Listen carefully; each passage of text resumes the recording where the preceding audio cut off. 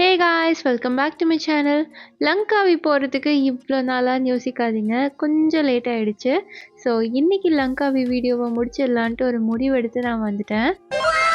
So நாங்கள் next day morning Langkawi கிளம்பியாச்சு. Morning flight போட்டிருந்தோம். ஸோ அங்கேருந்து நம்ம போகிறதுக்கு ஒரு 1 to 1.5 hours தான் ஆகும்.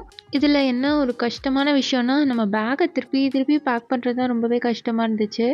ஒரு வழியாக மூட்டையை கட்டிட்டு நாங்கள் கிளம்பியாச்சு. மார்னிங்கே கிளம்பி ஏர்போர்ட் வந்துட்டோம். இப்போ லங்காவியில் போய் நாங்கள் என்னெல்லாம் பண்ணோங்கிறத பார்க்கலாம். இப்போ வெயிட் பண்ண வேணாம், அங்கே வீடியோக்குள்ளே போயிடலாம்.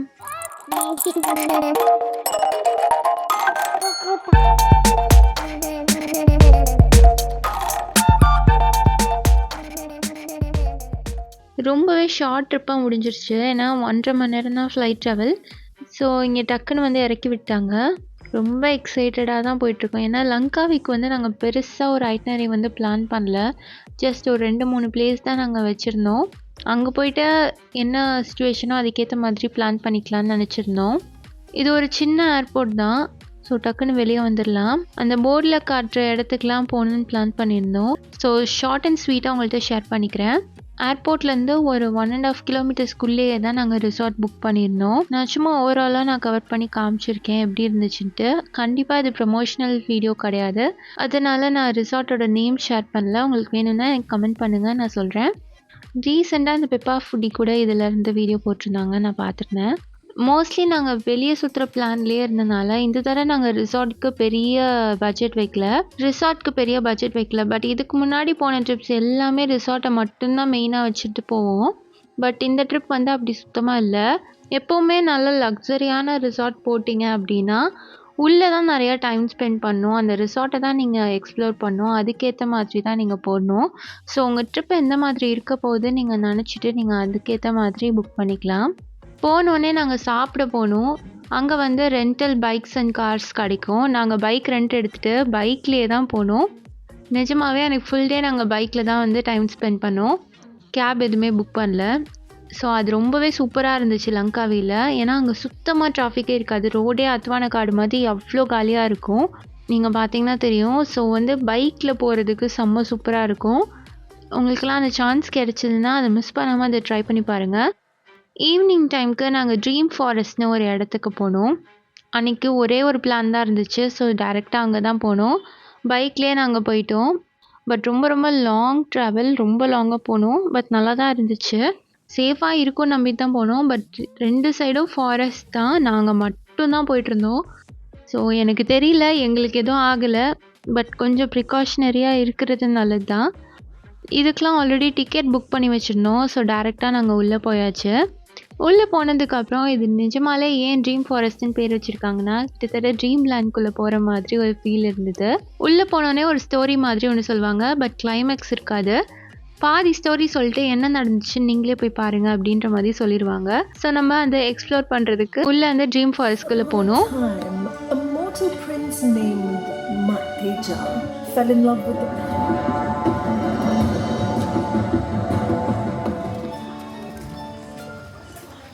Enter now the world of stories. It's a one-way route, so there is no doubling back.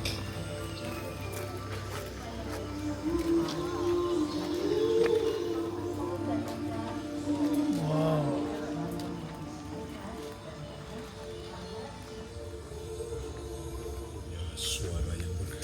Hey.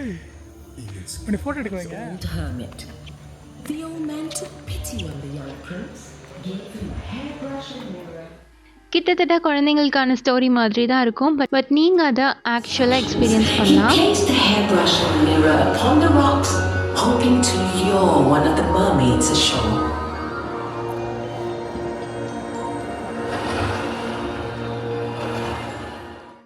Avatar மூவியில் வர மாதிரி ஃபுல் அண்ட் ஃபுல் லைட்ஸாகவே கவர் பண்ணியிருந்தாங்க. ரொம்ப ஜாலியாக இருந்தது. அங்கங்கே வந்து வேறு டைப் ஆஃப் ஸ்க்ரீன்ஸ் இருக்கும். வேறு விதமாக ஸ்டோரி சொல்லுவாங்க. நிறையா ஆக்டிவிட்டீஸ் இருக்கும். நம்ம கத்துனா லைட் எரியிற மாதிரி, நம்ம எய்ம் பண்ணி டார்கெட்டை ஷூட் பண்ணுற மாதிரி அதெல்லாம் இருக்கும். நம்ம ஜாலியாக என்ஜாய் பண்ணிகிட்டே அப்படியே போயிட்டே இருக்கலாம்.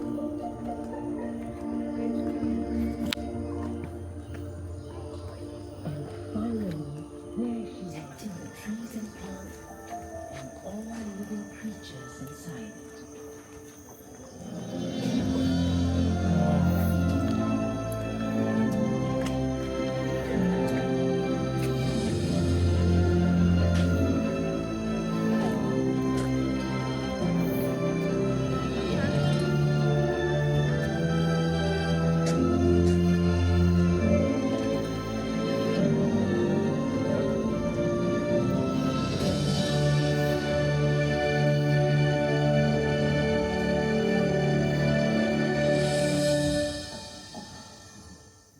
நடுவில் ட்ரீ வில்லேஜ்லாம் இருக்கும். அதெல்லாம் ஜஸ்ட் நம்ம பார்த்துட்டு அப்படியே போயிட்டே இருக்கலாம்.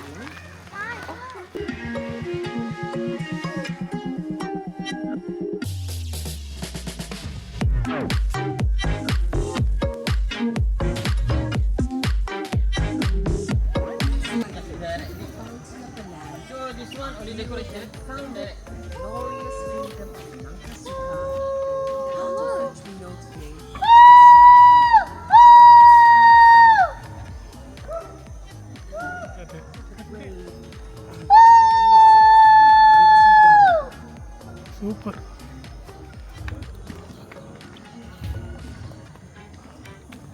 இதை முடிச்சுட்டு நாங்கள் ரொம்ப லாங்காக ஒரு பீச் சைடு போய் ஒரு தாபாவில் சாப்பிட்டோம். ரொம்ப நாள் கழிச்சு ஒரு இந்தியன் ஃபுட் சாப்பிட்டோம். அப்படியே அன்றைக்கி டே முடிஞ்சுது. நெக்ஸ்ட் டே என்ன பிளான் வச்சுருந்தோன்னா, பில்லா ஷூட்டிங் எடுத்த அந்த ஸ்கை பிரிட்ஜ், அந்த பில்லா மூவியில் ரொம்பவே ஃபேமஸான அந்த ஸ்பாட்டுக்கு தான் நாங்கள் போயிட்டுருக்கோம். இதுக்குமே டிக்கெட்ஸ்லாம் புக் பண்ணோம். நீங்கள் அந்த க்ளூக் ஆப்லேயே எல்லாமே பண்ணிக்கலாம். ஸோ கொஞ்சம் ஏர்லியாக மார்னிங்கே போயிட்டிங்கன்னா நல்லது. ஆஃப்டர்நூன்குள்ளே எல்லாம் முடிச்சுட்டு வந்துடலாம் அப்படின்னு சொல்லிட்டு நாங்கள் மார்னிங்கே பிளான் பண்ணிட்டோம். வெயிலும் இருக்காது சீக்கிரம் போயிட்டிங்கன்னா. அங்கே கேஎல்ல பார்த்த மாதிரியே இதுலேயும் அந்த கேபில் தான் நம்ம போகணும். கேபிள் கார் மாதிரி இருக்கும். நாங்கள் எக்ஸ்பிரஸ் லைன் புக் பண்ணிட்டு வந்தோம். நல்ல வேளை அதை பண்ணணும்னு நினச்சேன். ஏன்னா ஸ்டாண்டர்டுக்கு 1/2 கிலோமீட்டருக்கு மேலே லைன் நின்றுச்சு. ஸோ நாங்கள் டக்குன்னு அதில் ஏறி வந்துட்டோம். எக்ஸ்பிரஸ் கிளாஸ் கொண்டோலால் இந்த கீழே இந்த மாதிரி கிளாஸ் இருக்கும். அதுதான் டிஃப்ரென்ஸ். அதுக்கு ரொம்ப கம்மியான ஆள் தான் இருப்பாங்க. ஸோ உங்களுக்கு டக்குன்னு போகணும் அப்படின்னா நீங்கள் அதை புக் பண்ணிக்கலாம். இங்கே கிளைமேட் ரொம்பவே நல்லா இருந்தது. பட் எல்லா இடமும் ரொம்ப கூட்டமாக இருந்துச்சு. அது ஒன்று தான் கொஞ்சம் கஷ்டம்.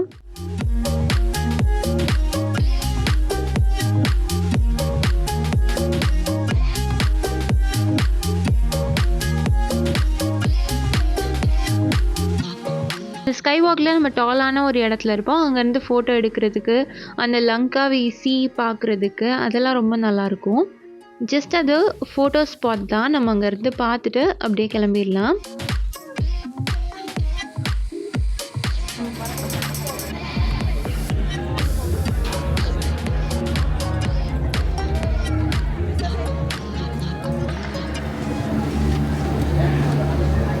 ஸ்மைல் பண்ணுறீ நமக்கு.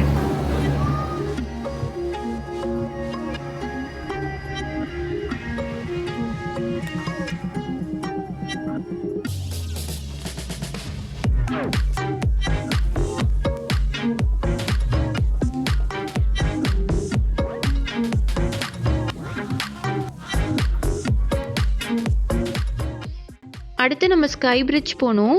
அதுக்கு பயங்கரமான லாங் லைன் நின்றுச்சு. ரொம்ப ரொம்ப ஸ்லோவாக வேற இருந்துச்சு. ஒரே ஒரு மோட் ஆஃப் டிரான்ஸ்போர்ட் தான் இருந்துச்சு. ஒரே ஒரு கேபிள் கார் மாதிரி ஒன்று வச்சுருந்தாங்க. அட் அ டைமில் ஒரு 15 to 20 மெம்பர்ஸ் தான் ஏற்றிட்டு போகும் போல இருக்குது. அதுக்கு ரொம்ப லாங் லைன் இருந்துச்சு. அவ்வளோ நேரம் வெயிட் பண்ண முடியாது அப்படின்னு சொல்லிட்டு நாங்கள் இந்த ஸ்டெப்ஸை எடுத்துக்கிட்டோம். நீங்கள் ஸ்டெப்ஸில் ஏற முடியும் இறங்க முடியும்னா நீங்கள் இதுக்கு போகலாம். கிட்டத்தட்ட ஒரு 400 ஸ்டெப்ஸ் கிட்ட இருக்கும். அதில் ஏறி போகணும். பட் நீங்கள் இறங்குறதா இருந்தால் இறங்கிடலாம். ஏன்னா ஸ்டெப்ஸ் எல்லாம் ரொம்ப ரேண்டமாக இருந்தது. பட் ஏறுறது ரொம்ப கஷ்டம். ஸோ நாங்கள் வரும்போது அந்த கேபிள் இதை யூஸ் பண்ணிக்கலாம் அப்படின்னு நினச்சிட்டு போகும்போது ஸ்டெப்ஸில் போயிட்டோம். ஸோ இதுதான் அந்த ஸ்கை பிரிட்ஜ். இங்கே தான் அந்த ஷூட்டிங் நடந்தது. இதில் தான் அஜித் நடந்து வருவார். ஸோ அங்கேருந்து நிறைய ஃபோட்டோ ஷூட் பண்ணோம். அந்த இடம் சுத்தமாக வேர்க்காது. வெயில் மண்டையை பொழந்தாலும் காற்று செமையாக இருக்கும். அதனால சூப்பராக இருக்கும். அது ஒரு ஃபோட்டோ ஸ்பாட் தான். ஃபோட்டோஸ்லாம் எடுத்துக்கலாம். நல்லா இருந்துச்சு. எங்களுக்கு அங்கேருந்து வர மனசே இல்லை, அவ்வளோ நல்லா இருந்தது. முடிச்சுட்டு அங்கே ரொம்ப நேரம் டைம் ஸ்பெண்ட் பண்ணிட்டு இருந்தோம்.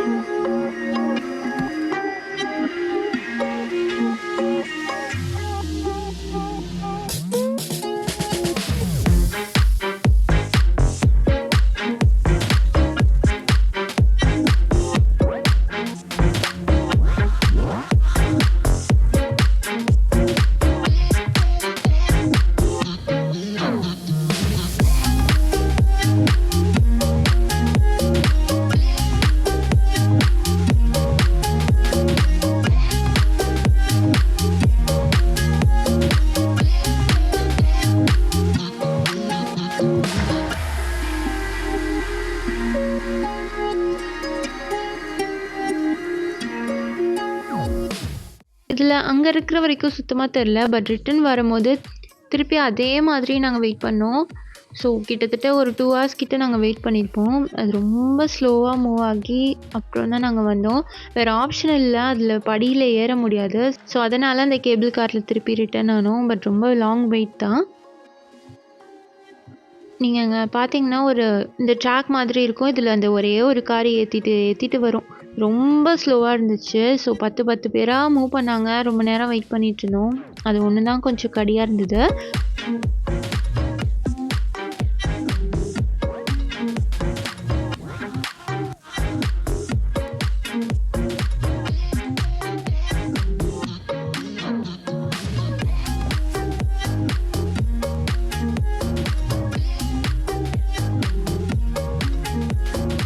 இவ்வளோ தான் அங்கே இருந்துச்சு. மொத்தமாகவே இவ்வளோ தான் நம்ம பார்க்க முடியும். ஜஸ்ட் அந்த ஹைட்டான இடத்துல இருந்து ஃபோட்டோஸ் எடுத்து அவங்களுக்கு எப்படி இருக்கும், எல்லாத்துக்கும் மேலே நம்ம தான் இருக்கிற மாதிரி இருக்கும்.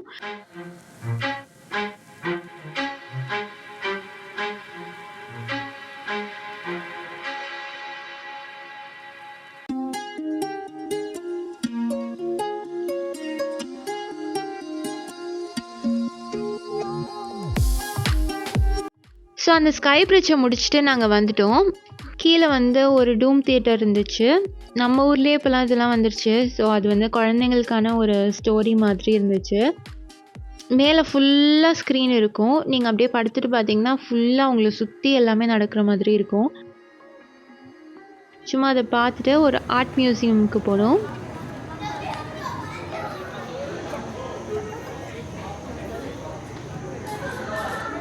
ஆர்ட் மியூசியமில் தான் நான் ரொம்பவே என்ஜாய் பண்ணேன். போய் ஃபோட்டோஸ்லாம் எடுத்துகிட்டு பயங்கரமாக நான் போஸ்ட் பண்ணிகிட்ருந்தேன்.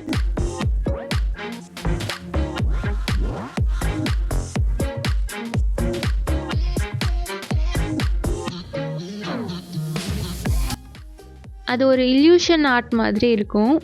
ஸோ அங்கே நிறைய நான் போஸ்ட் பண்ணி ஃபோட்டோஸாக எடுத்து தள்ளிட்டு இருந்தேன் நான். அங்கே எந்த இடத்துல நிற்கணுங்கிறத மார்க் பண்ணியிருப்பாங்க. அங்கேருந்து பார்த்தீங்கன்னா அதோட வியூவே வேறு மாதிரி தெரியும். ஸோ அது நல்லாவே என்ஜாய் பண்ணேன். பயங்கர பெருசாக இருந்தது.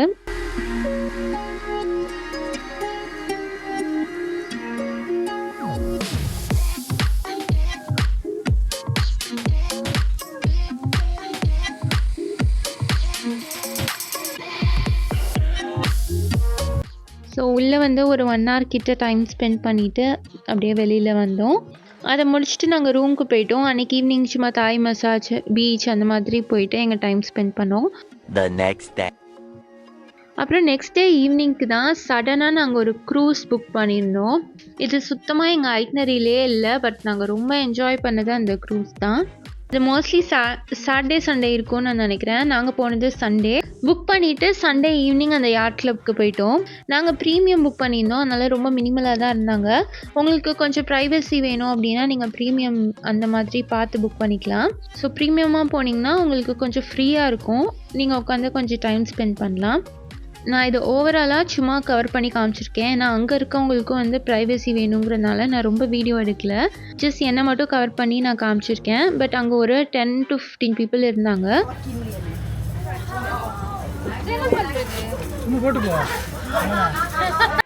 ஸோ இப்படி தான் இருக்கும். நம்மள ஒரு 2 hours கிட்ட அந்த வாட்டர்லேயே சுற்றிட்டு விட்டுருவாங்க. சூப்பராக இருக்கும். நான் ரீல்ஸ்லாம் கூட இதுலேருந்து போட்டிருந்தேன். ஸோ ரொம்பவே ஜாலியாக இருந்துச்சு.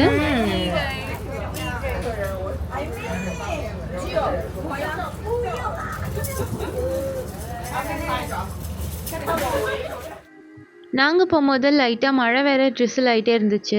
அங்கே ஆக்சுவலாக அந்த போட்டில் நம்ம போகும்போது சன்செட்டை அழகாக பார்க்கலாம். பட் மழை பெஞ்சனால எங்களால் அன்றைக்கி பார்க்க முடியல. இது ஒரு டிஃப்ரெண்ட் எக்ஸ்பீரியன்ஸாக இருந்துச்சு. உங்களுக்கு நல்ல டைம் இருந்தது, ரிலாக்ஸ் பண்ணணும்னு நினைக்கிறீங்க அப்படின்னா இந்த மாதிரி யாட் புக் பண்ணிங்கன்னா ரொம்பவே ஜாலியாக இருக்கும். அங்கே மியூசிக் இருக்கும், ஃபுட்டோட ப்ரொவைட் பண்ணிடுவாங்க. பட் ஃபுட்டு ரொம்ப சூப்பராலாம் இருக்காது. நான்லாம் ஏதோ ஒரு குஸ்கா மாதிரி ஒரு ரைஸும் ஒரு கேபேஜ் பொரியலும் தான் சாப்பிட்டேன். மித்தது எல்லாமே நான்வெஜ்ஜாக இருந்தது. பட் ஏதோ ஒன்று சாப்பிட்டுட்டு வயிற்றை ஃபில் பண்ணிக்கலாம் அந்த மாதிரி ஃபுட் இருக்கும்.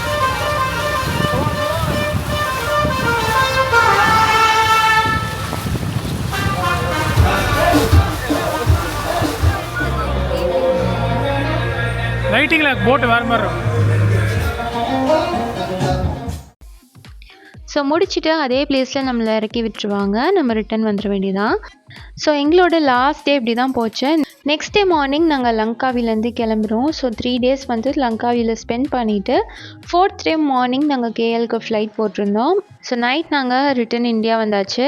மலேசியா ட்ரிப் வந்து ரொம்ப சக்ஸஸ்ஃபுல்லாக முடிஞ்சுது. ஸோ இந்த சீரீஸ் ஃபுல்லாக நாங்கள் எங்கெல்லாம் கவர் பண்ணியிருந்தோங்கிறத உங்கள்கிட்ட டீட்டெயிலாக நான் காமிச்சிருப்பேன். நெக்ஸ்ட் வீடியோவில் என்னோட ஐட்னரி ஃபுல்லாக நான் ஷார்ட் அண்ட் ஸ்வீட்டாக போஸ்ட் பண்ணுறேன். ரொம்ப டீட்டெயில்டாக இருக்காது, பட் ஓவராலாக எப்படி எங்கள் ட்ரிப் போச்சுங்கிறது இருக்கும். ஸோ ஒன் டைம் அந்த வீடியோ மட்டும் பார்க்குறவங்களுக்கு ரொம்ப யூஸ்ஃபுல்லாக இருக்குங்கிறதுக்காக அதை நான் போஸ்ட் பண்ணுறேன். Stay tune.